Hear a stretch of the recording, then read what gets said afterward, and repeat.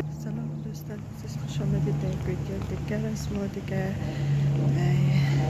که جور صحتمند سرحال باشید، گوشه دنیا هستین، خوش باشید، خورنگ باشید. انشالله دیگه زندگی پر از عشق محبت داشته باشید دیگه دوستان.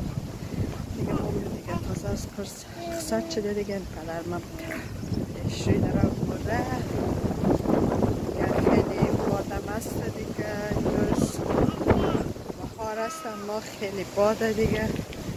منتظر از کلاس رخصت شده دیگه، این طرف خانه روانی دیگه. مادر مزنمون اینجا رسیده دیگه، وام در آمیه دیگه، مام در آماری طرف خانه. آره دوستان اینجی بهار شده دیگه، درختان دیگه شکوفک داشت، سبز دیگه نجا دیگه دوستان. دخترم دیگه موبایل پارسل شیشته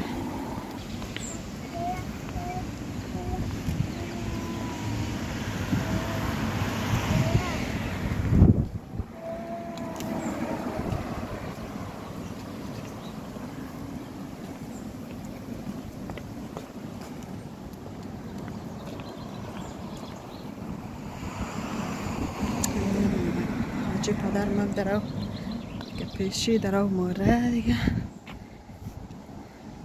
مادر مزنم پس مانده.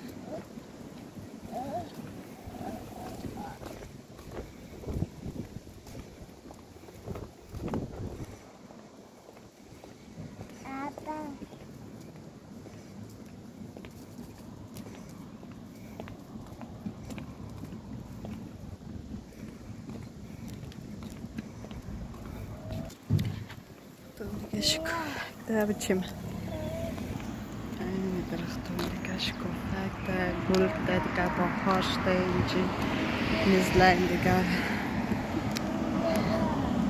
وقتی گل های.